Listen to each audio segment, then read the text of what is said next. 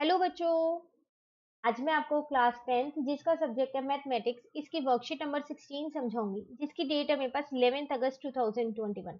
तो आज की वर्कशीट में क्या करने वाले हैं, सेम वही टॉपिक जो लास्ट वर्कशीट में किया था, relationship between zeros and coefficient of a polynomial. लेकिन हाँ, आज कुछ नया सीखने वाले हैं। लास्ट वर्कशीट में मैंने आप लोगों को बोला था कि इस वर्कशीट से आपकी ऑलमोस्ट एक्सरसाइज 2.1 कंप्लीट हो जाएगी, है ना, जो हमने कर भी रखी है एक्सरसाइज। ठीक है ना। आज मैं आपको कहती हूँ इस वर्कशीट के बाद आपकी पूरी एक्सरसाइज 2.1 कंप्लीट हो जाएगी। तो जिन बच्चों ने अभी तक एनसीईआरटी से एक्सरसाइज नहीं की है वो जल्द से जल्द शुरू कर दीजिए, क्योंकि ऐसा नहीं है कि सिर्फ एमसीक्यूज आएंगे या फिर जो टर्म 2 में आपके पास चैप्टर्स आएंगे उनकी प्रिपरेशन आप तभी करोगे, नहीं। 10th है तो आप अभी से प्रिपरेशन स्टार्ट कर दीजिए। मैंने आपको लास्ट वर्कशीट में भी कहा था कि ये चैप्टर मैंने आपको पूरा एनसीईआरटी से भी करा रखा है, प्लस ये चैप्टर मैंने आपको पूरा सपोर्ट मटेरियल से भी करा रखा है। और इस चैप्टर के कुछ 1 मार्क के क्वेश्चंस भी चैनल पे अपलोड कर रखे हैं मैंने। एमसीक्यू नहीं है, हाँ, लेकिन है 1 मार्क के क्वेश्चन से, तो आप वो भी कर सकते हैं। लिंक आपको सबको नीचे डिस्क्रिप्शन में मिल जाएगा, तो जरूर कर लीजिएगा ये तीनों चीज, इस चैप्टर की ये तीनों ही चीज आप कंप्लीट कर लीजिएगा। ठीक है, चलिए आते हैं क्या करने वाले हैं। देखो, सबसे पहले तो स्टैंडर्ड फॉर्म हमने अपनी लास्ट क्लास में भी सीखी थी कि क्वाड्रेटिक पॉलिनोमियल की स्टैंडर्ड फॉर्म होती है A X square plus B X plus C. ठीक है ना, जिसमें हमने ये जाना था कि जो ए होता है वो क्या होता है, कॉफिशिएंट होता है एक्स स्क्वायर का, जो बी होता है वो कॉफिशिएंट होता है एक्स का, और जो सी होता है वो मेरी कांस्टेंट टर्म होती है। इतना तो आप सभी को याद होगा। ठीक है, अब बात कर रहे हैं हम यहाँ पर क्वाड्रेटिक पॉलिनोमियल की। तो इसमें अगर मैं नंबर ऑफ जीरोस की बात करूँ, तो देखो नंबर ऑफ जीरोस एक पॉलिनोमियल के उतने होते हैं जितनी उसकी हाईएस्ट डिग्री होती है। तो आप सभी को पता है कि क्वाड्रेटिक पॉलिनोमियल में हाईएस्ट डिग्री 2 होती है नहीं होती। लीनियर में 1 होती है, क्यूबिक में 3 होती है। तो क्वाड्रेटिक पॉलिनोमियल के नंबर ऑफ जीरोस हमेशा 2 होते हैं, हमेशा। ठीक है, तो यहाँ पर लिख दिया मैंने, number of zeros of quadratic polynomial is equals to 2 है। लिख के दिया है आपको ये वर्कशीट में। अब आपसे हमने लास्ट वर्कशीट में भी सीखा था, ये sum of zeros minus B upon A होता है और product of zero C upon A होता है, सीखा था। आज हम इसका ही यूज करने वाले हैं पूरी वर्कशीट में अच्छे से।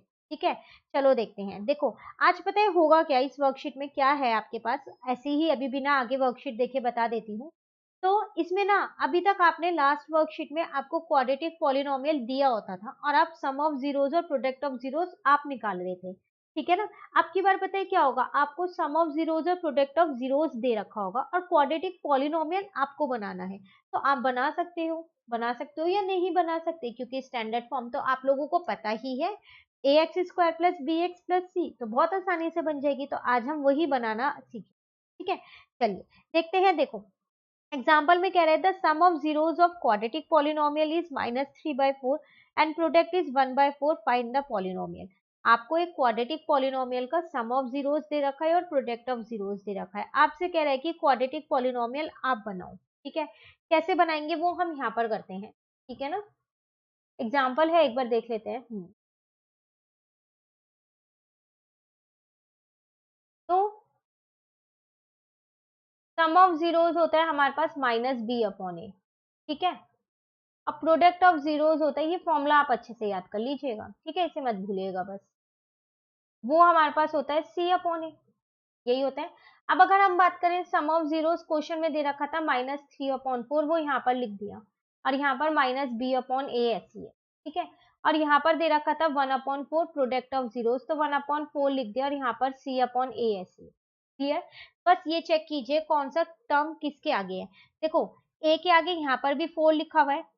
ठीक है, और a के आगे यहाँ भी 4 लिखा है, तो इसका मतलब a की वैल्यू आ गई 4।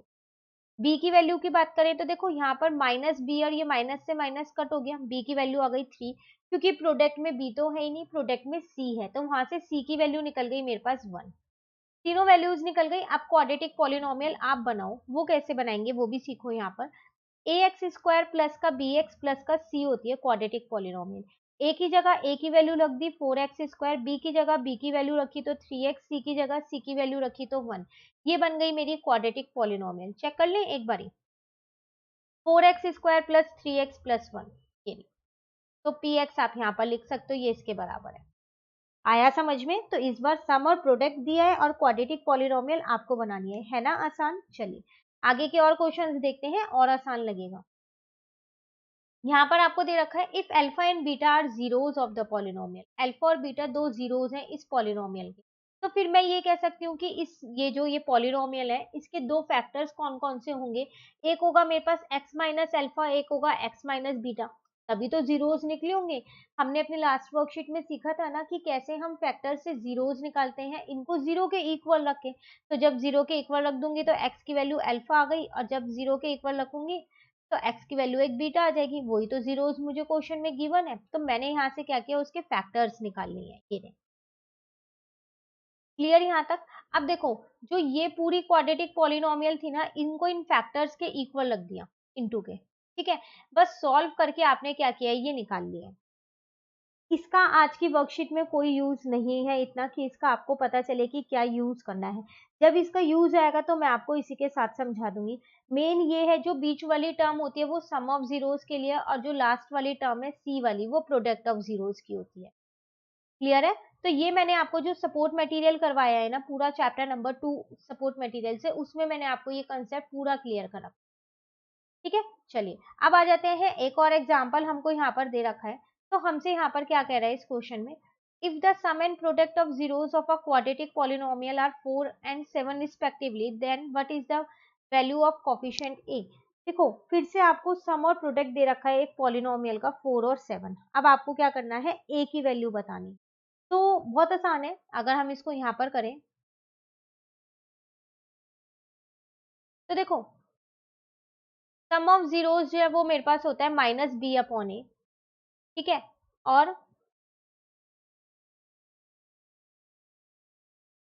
प्रोडक्ट ऑफ जीरोस मेरे पास होता है सी अपॉन ए, ठीक है। तो ये मुझे दे रखा है 4 और 7 दे रखा है, तो यहाँ पर मैंने 4 अपॉन 1 लिख दिया, ये माइनस बी अपॉन ए ऐसी है, और यहाँ पर 7 अपॉन 1 लिख दिया, और यहाँ पर सी अपॉन ए ऐसी है। इसके अलावा क्वेश्चन में आपको कुछ नहीं दे रखा है। तो आप देखो, यहाँ पर भी ए के सामने 1 लिखा है और यहाँ पर भी ए के सामने 1 लिखा है, तो ए की वैल्यू कितनी आ गई, 1 आ गई, और आपको ए की ही तो वैल्यू क्वेश्चन में निकालनी है, निकल गई ए की वैल्यू 1। अब वो तरीका है, आप कौन सा तरीका लगाते हैं, जो वर्कशीट में लगा हुआ है वो वाला तरीका भी लगा सकते हैं, या जो मैंने आपको समझाया है वो भी लगा सकते हैं, जो आपको आसान लगे आप वैसा कर सकते हैं। क्लियर? चलिए, अब जो क्वेश्चंस हमको दे रखे हैं वो करते हैं, डू प्रैक्टिस वाले क्वेश्चंस। क्वेश्चन नंबर 1 है यहाँ पे, the sum of zeros of a quadratic polynomial is 15 upon 4 and their product is 3, find the polynomial. Same sum और प्रोडक्ट दे रखा है, पॉलिनोमियल निकालना है, तो पहले यहाँ पर लिख लेते हैं।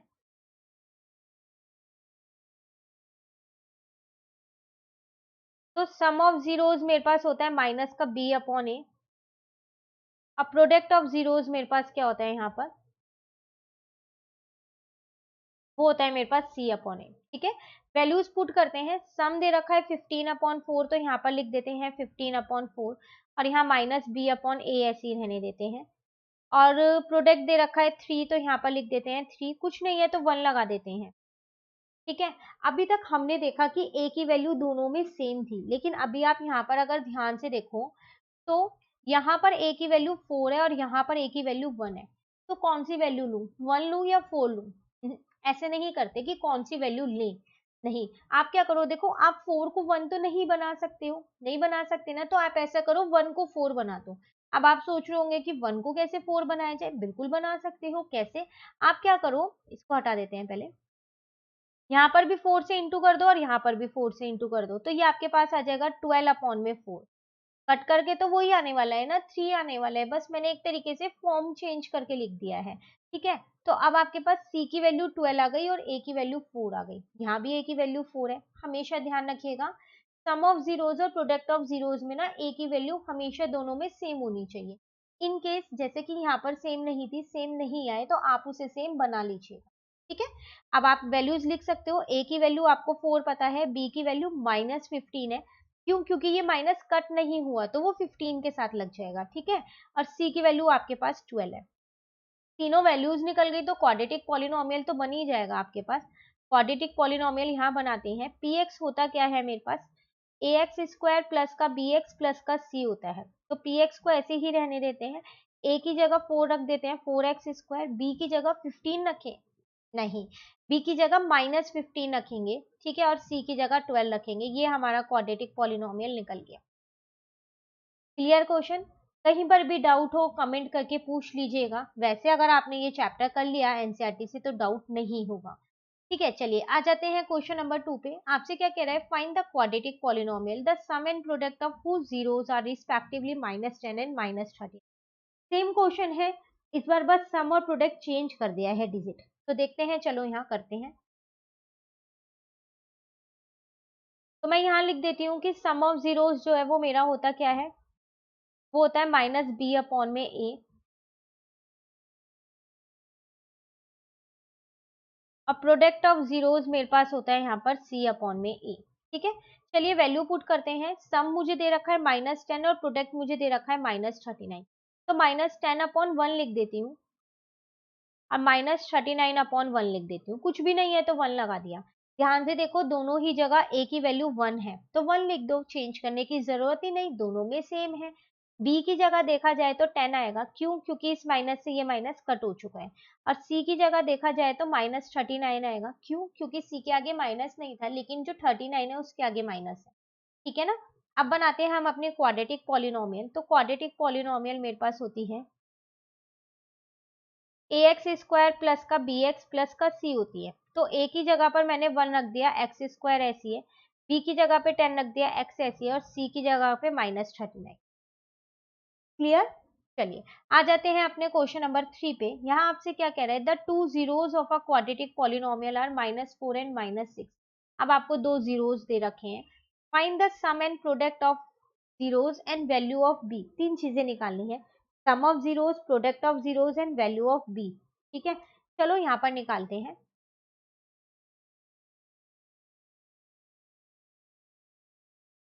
तो पहले सम ऑफ जीरोस निकाल लेते हैं। तो सम ऑफ जीरोस है मेरे पास यहाँ पर -4 और -6 है। सम का मतलब तो प्लस हो जाएगा ना यहाँ पर, तो इसका मतलब -4 -6 आंसर आ जाएगा -10।